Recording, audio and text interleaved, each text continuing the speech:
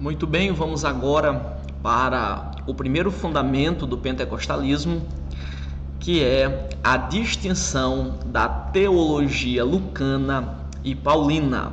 Vamos ler o nosso material. A obra do Espírito é ampla e envolve tanto a salvação como a capacitação carismática. Antes de explicar esse primeiro tópico, eu gostaria só de situar você nos debates no que diz respeito a essa questão em relação aos que discordam dos pentecostais. É muito comum que os opositores, teologicamente falando, do pentecostalismo, digam que Lucas ele é apenas um narrador, que Lucas ele é apenas um historiador e que os escritos de Lucas não deveriam ser tomados como normativos, como regras de prática para a igreja, mas apenas como descrições de fatos. Essa argumentação ela é dita com a tentativa de desmerecer aquilo que Lucas produziu no que diz respeito à sua contribuição para a prática da igreja. Além disso, também é dito que Lucas, por ter andado com Paulo, ele é apenas um reflexo da teologia de Paulo. Alguns reformados, alguns cessacionistas dizem isso, que Lucas, a teologia de Lucas não deveria ser interpretada, nós não deveríamos ler o livro de Atos a parte da literatura paulina. Ou seja, o sentido de Lucas, aquilo que Lucas está ensinando, não é distinto daquilo que Paulo ensinou. Portanto, para os reformados, a teologia de Lucas deve ser lida por Paulo. Então, se nós observarmos, Paulo não enfatiza um batismo distinto da salvação. Lucas já enfatiza. Mas, se nós aplicarmos essa regra que os reformados levantam, que Lucas deve ser lido a partir de Paulo, nós vamos ver o batismo que Lucas ensina distinto da salvação como sendo a mesma coisa. Não porque Lucas ensina que é a mesma coisa, mas porque Paulo ensina. Porque em Paulo a ação do Espírito Santo é salvadora. Já em Lucas, claramente a ênfase do Espírito Santo é mais capacitadora. Mas os reformados dizem isso na tentativa de assim minar um dos principais fundamentos do pentecostalismo, que é justamente a distinção da salvação e do batismo. Mas nós veremos aqui neste primeiro fundamento que isso é um equívoco, que a teologia de Paulo deve ser interpretada pelo próprio Paulo. Nós que estamos estudando, militando na teologia, sabemos que alguns autores eles ensinam coisas de forma particular. Se você pegar, por exemplo, o conceito de justificação em Tiago, é diferente do conceito de justificação em Paulo. Se nós interpretássemos Tiago a partir de Paulo, nós não iríamos entender o sentido de Tiago, justamente porque os autores eles têm ênfases particulares, eles têm propósitos particulares.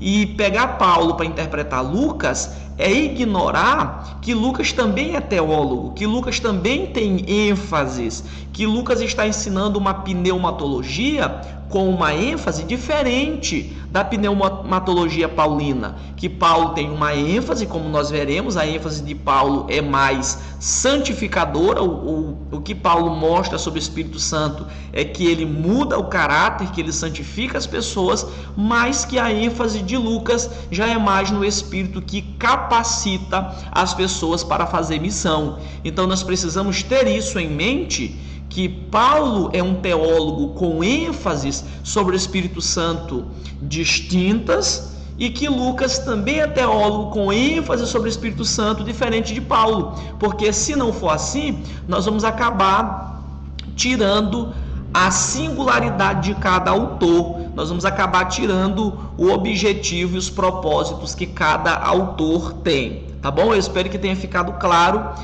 Existe um grupo que discorda do continuismo e que diz isso, que Lucas não deveria ser lido de forma independente, não deveria ser interpretado olhando para o próprio livro dele, mas que a ótica, a lente para interpretação lucana deveria ser Paulo, já que Lucas ele é discípulo de Paulo. Mas os pentecostais discordam disso, justamente porque esse método que está sendo proposto pelos reformados, se for aplicado em outros livros da Escritura, não vai fazer sentido nenhum, vai acabar anulando o sentido de alguns livros, porque os autores, em algumas vezes, eles estão construindo pensamentos novos, pensamentos diferentes dos seus contemporâneos, tá bom?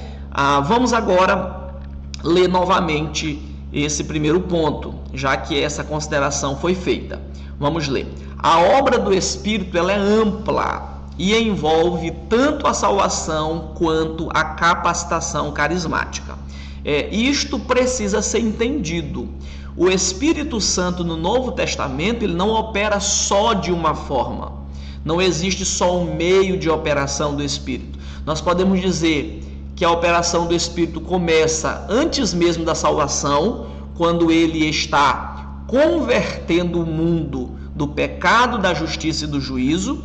Depois que essa pessoa aceita Cristo, a obra do Espírito Santo ela é regeneradora, transformando a natureza dele, criando uma nova natureza espiritual. Depois disso, a obra do Espírito Santo é santificadora, levando essa pessoa a servir a Deus com pureza, a servir a Deus com verdade, a servir a Deus com santificação e agradar a Deus com as suas obras. Mas a obra do Espírito não termina na santificação. A obra do Espírito ela continua e continua no batismo no Espírito Santo. O batismo também é uma obra do Espírito. O batismo também é uma das operações do Espírito sobre a igreja. Então o Espírito Santo ele batiza e além de batizar ele também entrega dons e além de entregar dons ele reveste o salvo de poder para que ele faça a obra do Senhor. Um grande erro na teologia reformada é que eles estão apenas enfatizando a primeira parte da obra do Espírito. Eles enfatizam o convencimento do Espírito, eles enfatizam a regeneração do Espírito, eles enfatizam a santificação do Espírito, mas eles não estão enfatizando as demais partes da operação do Espírito que claramente estão enfatizadas em Lucas, estão enfatizadas em Atos dos Apóstolos. Então, quem for ensinar a obra do Espírito não pode negar esses dois pilares: o Espírito que salva e santifica, do Espírito que enche de poder e capacita para fazer a obra do Senhor. Então, nós precisamos entender, primeiramente, que a obra do Espírito ela é muito ampla. Dependendo do autor bíblico, a obra que será destacada do Espírito não será a mesma de um outro autor. Perceba, por exemplo, que a ênfase que João nas suas cartas dá ao Espírito é uma ênfase mais ensinadora. João diz que o Espírito ele ensina os santos para que eles não se desviem. Percebam que é uma ótica totalmente diferente, por exemplo, de Atos dos Apóstolos. Se você pega Paulo, quando Paulo fala sobre o enchimento do Espírito, por exemplo, Efésios capítulo 5, Paulo vai dizer que o salvo é cheio do Espírito aí ele vai descrever, ele vai falar do casamento, ele vai dizer que o salvo cheio do Espírito vai amar a sua esposa, que a mulher vai ser submissa ao seu marido, que os filhos vão respeitar os pais, que os pais não tratarão os filhos com a arrogância, com ira. Depois ele aplica aos serviços, que o funcionário será um bom funcionário porque ele é cheio do Espírito. Então perceba que ser cheio do Espírito em Paulo resulta em uma vida transformada. Mas nós não podemos achar que o único conceito de ser cheio do Espírito é o conceito paulino. Não é que Paulo não acreditava no conceito lucano de ser cheio do Espírito. Não é que Paulo não acreditava que ser cheio do Espírito iria resultar em poder, em glória, em derramamento de graça. Não. É que o contexto de Paulo exigia que ele tratasse mais sobre a mudança de vida. O contexto dele exigia que ele tratasse mais dessa realidade. Já o de Lucas é outro. Se nós compararmos o que é ser cheio do Espírito nas cartas de Paulo, nós vamos concluir que é ter uma vida transformada. Mas, quando nós vamos para Lucas, mais precisamente Atos 2, ser cheio do Espírito Santo é falar em outras línguas. Ser cheio do Espírito Santo é estar orando conjuntamente com a igreja. Ser cheio do Espírito Santo é fazer barulho. Eu sei que muitas pessoas dizem que não é preciso fazer barulho para ser cheio do Espírito Santo, mas na ótica lucana, sim, é uma marca do enchimento do Espírito. O cheio do Espírito em Atos 2, ele faz tanto barulho que a comunidade que visitava Jerusalém no período da festa do Pentecostes vai para lá para saber o que estava acontecendo. Havia tanto barulho, haviam tantos crentes cheios do Espírito falando em outras línguas bem alto, que a comunidade veio ouvir o que eles estavam falando. E isso é reforçado ainda quando a conclusão que eles têm é que eles estão bêbados. Percebam, aqueles que estavam lá embaixo estavam ouvindo línguas misturadas e estavam ouvindo muito barulho e pessoas aglomeradas. Percebam que em Lucas, ser cheio do Espírito Santo já tem uma ênfase mais carismática, mais capacitadora. Em Paulo, a ênfase é mais santificadora. O erro é quando você pensa que a única ênfase pneumatológica é a de Paulo, ou quando pensa-se que a única ênfase pneumatológica é a de Lucas. Não, nós precisamos entender que as duas verdades se completam. O crente cheio do Espírito, conforme Lucas, ele está cheio de poder e ele fala em outras línguas. E esse mesmo crente vai ter uma vida transformada, como Paulo ensina. Uma verdade não anula a outra, tá bom? Vamos agora para o ponto 2. A ênfase no Espírito não é a mesma em Paulo e Lucas, como eu já demonstrei claramente aqui. Nós vamos ler aqui algumas comparações entre a obra do Espírito em Paulo e a obra do Espírito em Lucas, para nós entendermos que há uma ênfase distinta. Mas antes de nós lermos, eu gostaria de compartilhar com você uma determinada ocasião.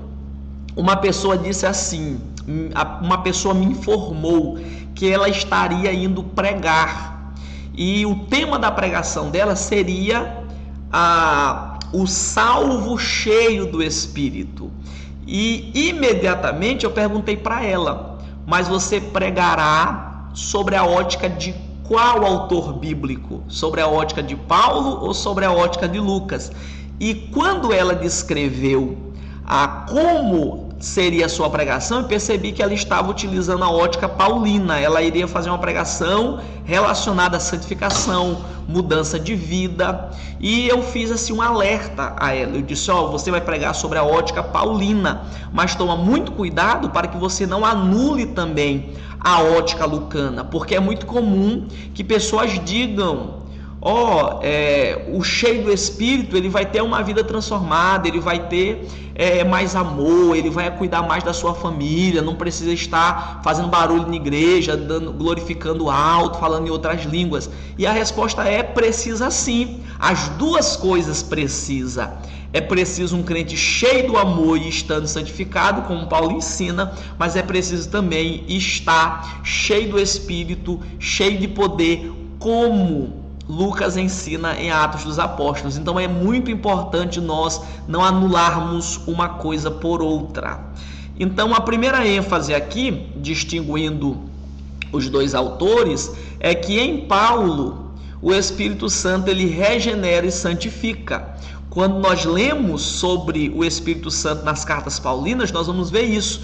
Paulo geralmente está falando do novo nascimento, da salvação, da mudança de vida. São raras as vezes que não. Por exemplo, 1 Coríntios 12, 13 e 14 não. É uma exceção na pneumatologia de Paulo. Mas a grande maioria das ênfases de Paulo no Espírito tem essa conotação. Já em Lucas, nós não vamos encontrar associações do Espírito sobre a regeneração. Lucas quase não fala sobre isso. A regeneração em Lucas está muito associada a Jesus Cristo, enquanto que a ação do Espírito está associada, está cheio. Tão certo que todas as vezes que alguém recebe o Espírito nos escritos de Lucas, é dito que essa pessoa ficou cheia do Espírito, que essa pessoa falou em outras línguas, que ela profetizou, que é uma ênfase distinta da ênfase paulina. Na ênfase de Paulo, o enchimento do Espírito está associado à mudança de caráter. Como eu disse em Efésios 5:18, que Paulo fala sobre o enchimento do Espírito, ele aplica ele na vida prática. Mas, por exemplo, se nós pegarmos Atos 1:8, que Lucas também está falando sobre o enchimento do Espírito, também está falando da ação do Espírito, o famoso texto que o Senhor Jesus diz: mas recebereis poder ao descer sobre vós o Espírito Santo.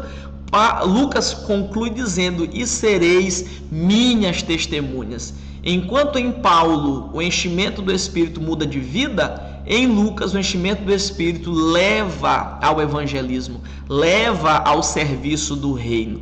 Isso pode ser observado nessas referências que estão mencionadas aí.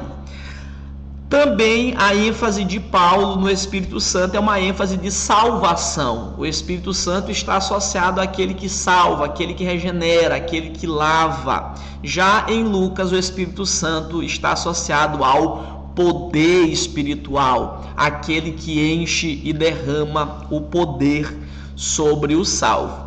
Em Paulo, o Espírito Santo está associado à conversão. Já observem que quando Paulo menciona o Espírito, ele está geralmente falando do momento que a pessoa foi salva, que aquele indivíduo aceitou a Jesus. Já Lucas, quando ele fala do Espírito, ele enfatiza uma experiência posterior à conversão. Em Paulo, o Espírito Santo faz com que a pessoa torne-se filha de Deus. E em Lucas, o Espírito Santo faz a pessoa se tornar testemunha do Evangelho. E aqui eu fiz um contraste que reflete bem isso. Em Paulo, o Espírito Santo leva o salvo a controlar a sua língua, a não falar mal dos outros, a não falar o que não deve, a não usar a língua para a maldição de ninguém.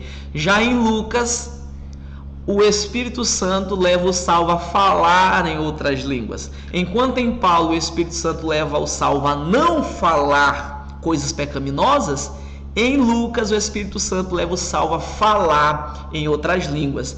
Percebam que uma coisa não anula a outra. São ênfases distintas que os escritores bíblicos estão dando sobre o Espírito Santo. Aqui no terceiro ponto,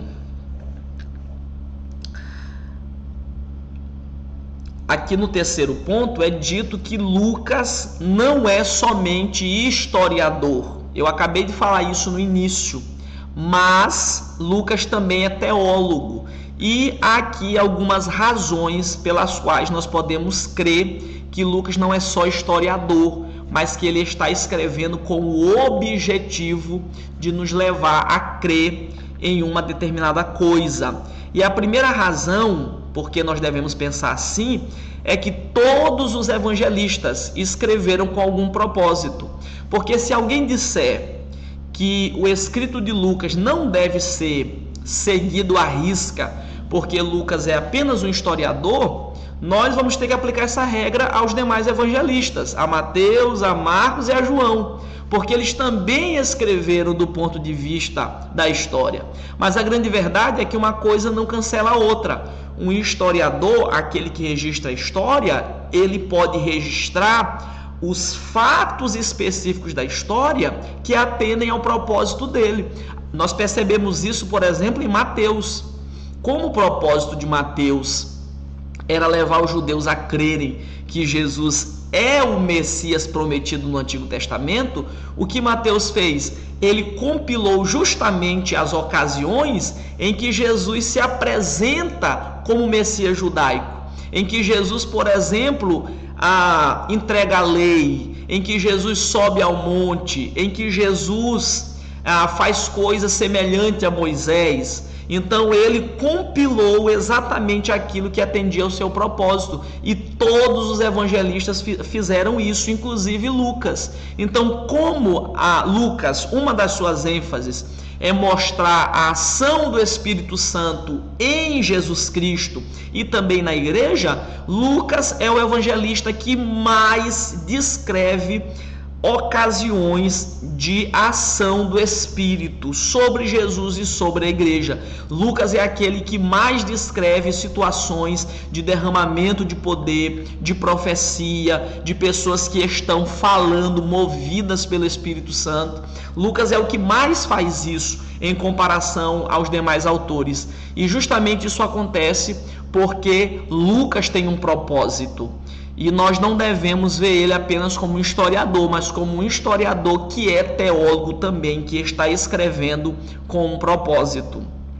Aqui na segunda questão, está escrito assim: o propósito de Lucas é levar Teófilo a crer em Jesus Cristo. Então percebam que no início do Evangelho de Lucas, no capítulo 1, do 3 ao 4, e no início de Atos 1:1, Lucas diz claramente que ele tem um propósito, que ele quer que essa pessoa, Teófilo, que nós não sabemos exatamente quem é, ele quer que essa pessoa creia em Jesus Cristo, ele quer que essa pessoa tenha certeza de quem Jesus Cristo é. Então ele escreve 2 escritos para atender esse propósito. Então percebe, ele é um historiador porque ele registra história, mas ele também é teólogo, porque ele está escrevendo com o objetivo de comprovar um propósito.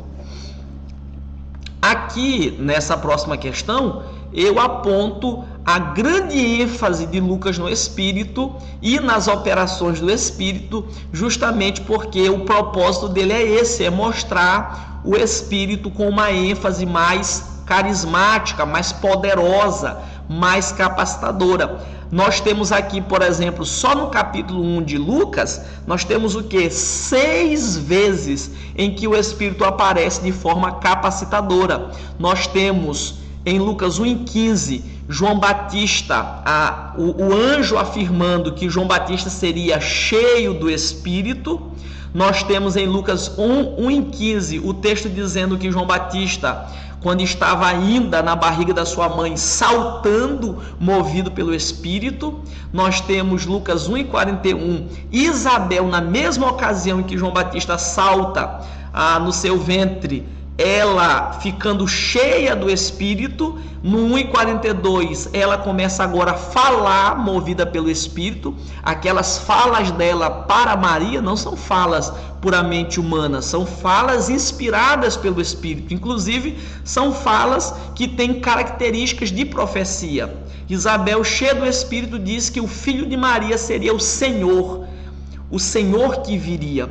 Então, isso é uma ação do Espírito, a capacitadora, que nós não encontramos em outros escritores, nós não encontramos em Paulo e nenhum dos outros, nós encontramos em Lucas. E Lucas justamente registra isso para provar esse ponto. Os outros evangelistas tiveram acesso a essas informações.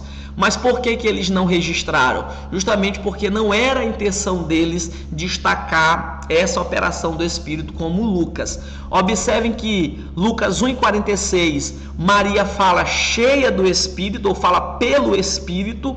Zacarias profetiza pelo Espírito, 1:67. Lucas 2:25, o texto diz que Simeão, pelo Espírito, tem revelação sobre a chegada de Jesus, ele é guiado pelo Espírito e ele profetiza pelo Espírito. E Lucas 2:36 é dito que havia uma profetisa no templo chamada Ana. Então percebam que Lucas, diferente de todos os evangelistas, de todos os demais escritores da Bíblia, ele dá uma ênfase especial à operação carismática do Espírito, justamente trazendo essa contribuição para que nós não achássemos que a ação do Espírito Santo é somente santificadora, como Paulo ensina, mas que também é uma ação capacitadora. Outros argumentos que provam que Lucas também é teólogo e não só historiador, vamos ler aqui.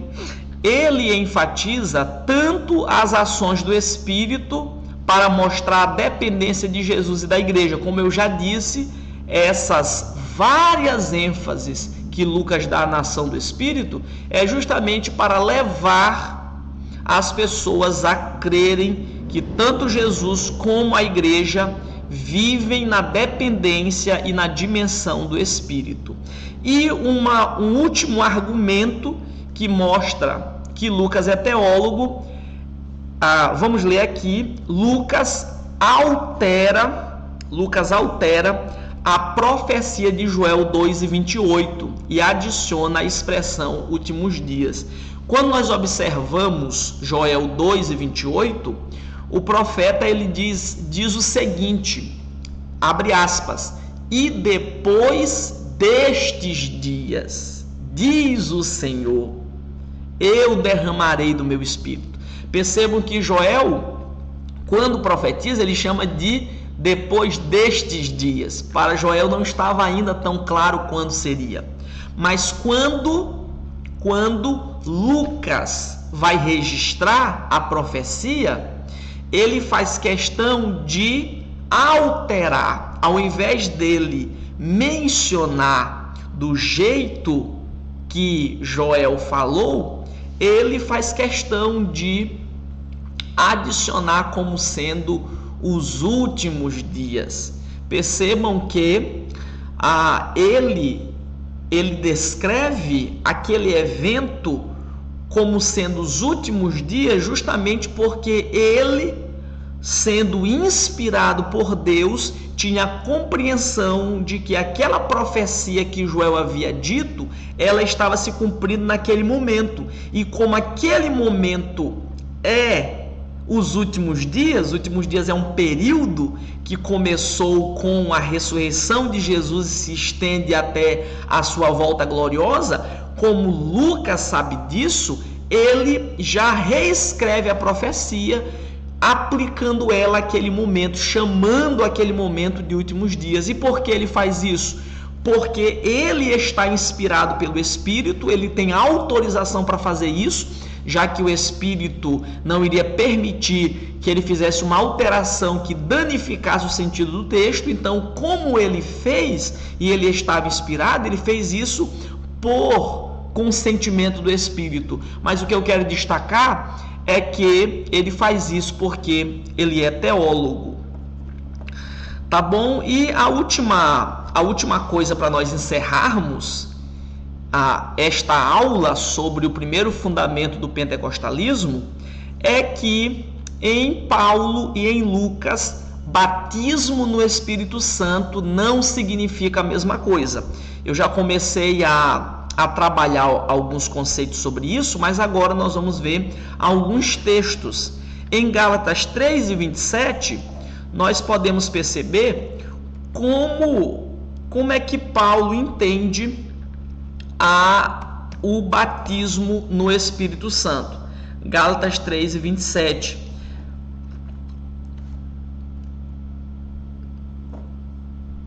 Percebam o que o texto diz: porque todos quantos fostes batizados em Cristo, já vos revestistes de Cristo.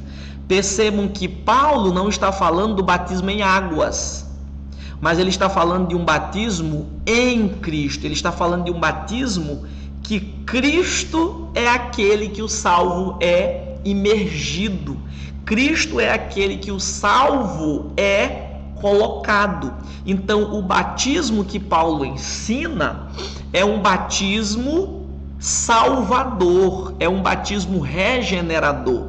O momento em que o salvo é batizado ou imergido em Cristo diz respeito à regeneração, diz respeito ao momento que o salvo aceitou a Jesus Cristo.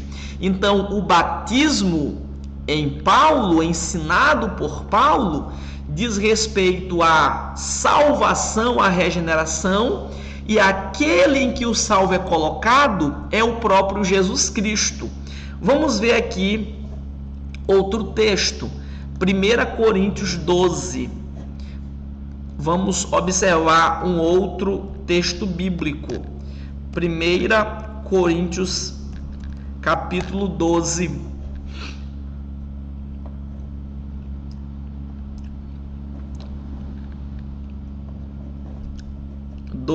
E verso de número 13.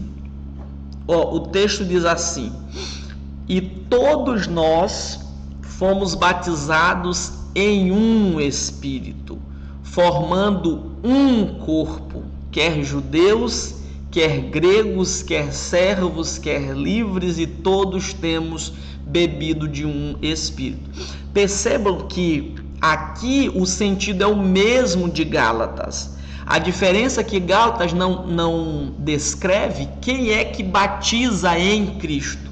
Ele só fala do evento, de que salvos são batizados em Cristo. Mas aqui, em 1 Coríntios, ele adiciona a explicação e diz que quem batiza é o Espírito.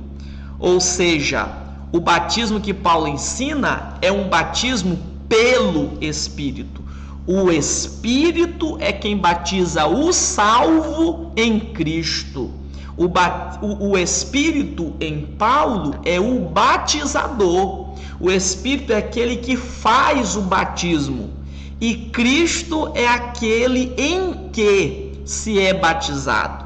Como eu já disse, o batismo em Paulo fala da regeneração. É na regeneração que o salvo é espiritualmente unido a Cristo e torna-se um corpo com Cristo. Então, o batismo em Paulo é um batismo pelo Espírito, causado pelo Espírito em Jesus. Agora nós veremos que o batismo ensinado por Lucas e também por alguns outros evangelistas não segue essa ordem. A ordem de Paulo é: o Espírito batiza em Jesus, formando um corpo espiritual com Cristo. Agora percebam, por exemplo, em Mateus 3:11, que a ordem é outra. Em Mateus 3:11. Mateus capítulo 3, versículo 11. Aqui nós temos uma outra ordem, uma ordem diferente de batismo. O texto diz assim: e em verdade vos batizo em água para arrependimento. João Batista está diferenciando os batismos, ele está falando de um batismo em águas. Vos batizo para arrependimento, mas aquele que vem após mim é mais poderoso do que eu. Eu não sou digno de levar as suas sandálias. Ele vos batizará. Percebam, eu vou até abrir aqui o texto. Eu irei até abrir aqui o texto de 1 Coríntios, paralelamente, para nós percebermos, 1 Coríntios 12, verso 13, para nós percebermos que, nesse texto, o Espírito é o batizador, pois fomos batizados em um Espírito. E conforme o texto de Gálatas, o Espírito, ele batiza, mas o batizado, o lugar do batismo é Jesus Cristo. Essa expressão aqui, em um Espírito, pode ser traduzido pelo Espírito, porque o Espírito aqui é o agente da ação, ele é o sujeito da frase. Então a ideia aqui pode ser traduzida por pelo Espírito, já que, conforme Gálatas, não é o Espírito que é aquele que nós seremos batizados, mas é Cristo. O texto diz que será em Cristo. Então, se é em Cristo, o Espírito aqui é o agente batizador. Mas em Mateus, quem é o agente batizador é Jesus Cristo. Observem que agora em Mateus 3:11 o texto diz: Ele vos batizará, Jesus Cristo. Então Jesus é o batizador. Em Gálatas, Jesus é o batizado, aquele que o salvo será batizado. Ele é o meio do batismo, melhor dizendo. Em Gálatas, Jesus é o meio em que o salvo será batizado. Em Lucas, em Mateus, mais precisamente, Jesus é o batizador.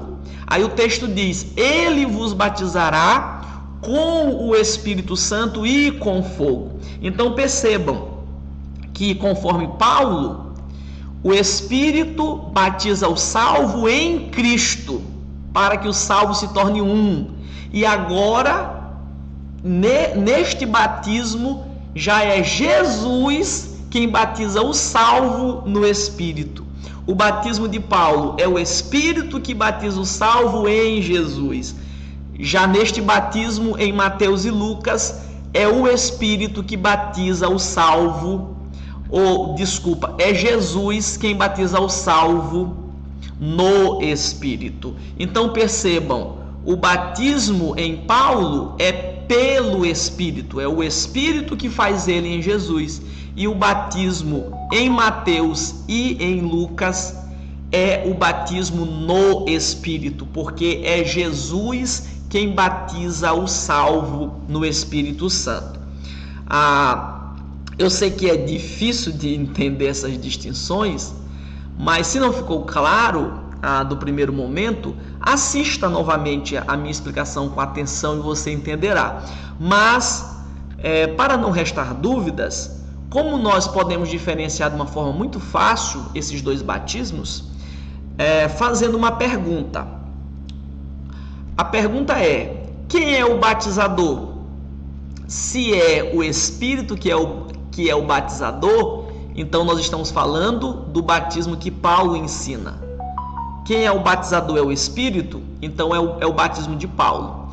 Quem é o batizador é Jesus, então o ensino é de Mateus e Lucas. A segunda pergunta: em quem o salvo será batizado? Se for no Espírito, é o batismo de Mateus e Lucas. Se for em Jesus Cristo, é o batismo de Paulo. A pergunta é: para que serve esse batismo? É um batismo de salvação? Então é o batismo de Paulo. É um batismo de revestimento de poder? Então é o batismo que Mateus e Lucas ensinam. Tá bom? Só para fecharmos, Lucas cita essa passagem, em Atos 1:15, ele cita essa passagem e, muito bem, 1:15, só um instante, muito bem, na verdade é 1:5, estava errado, 1:5. Porque, na verdade, João batizou com água, mas sereis batizados com o Espírito.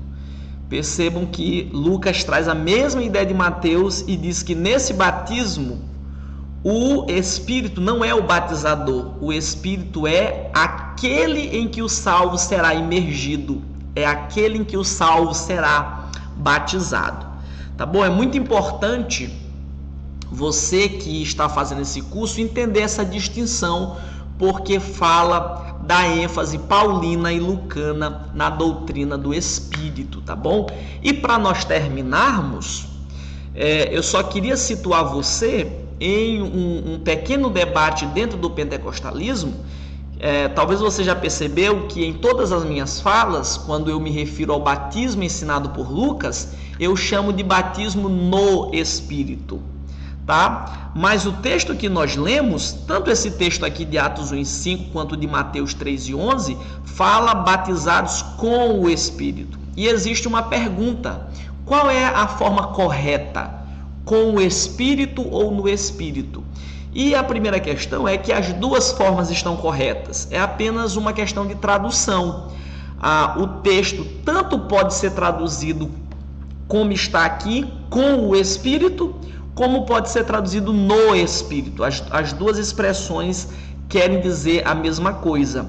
Mas eu prefiro usar a expressão batizado no Espírito, e vários estudiosos do pentecostalismo também preferem, porque essa expressão difere melhor do batismo paulino. Porque enquanto o batismo paulino é pelo Espírito, o batismo lucano é no Espírito. Então, no batismo lucano, o salvo é colocado no Espírito. E no batismo paulino, é o Espírito quem coloca o salvo no corpo de Cristo. Por isso que é pelo, tá bom? Só fazendo essa pequena explicação, eu quero aqui demonstrar minha gratidão por estarmos chegando ao término do primeiro fundamento do pentecostalismo. Eu quero encorajar você a não desistir, continuar com as próximas aulas, porque você aprenderá muitas coisas interessantes.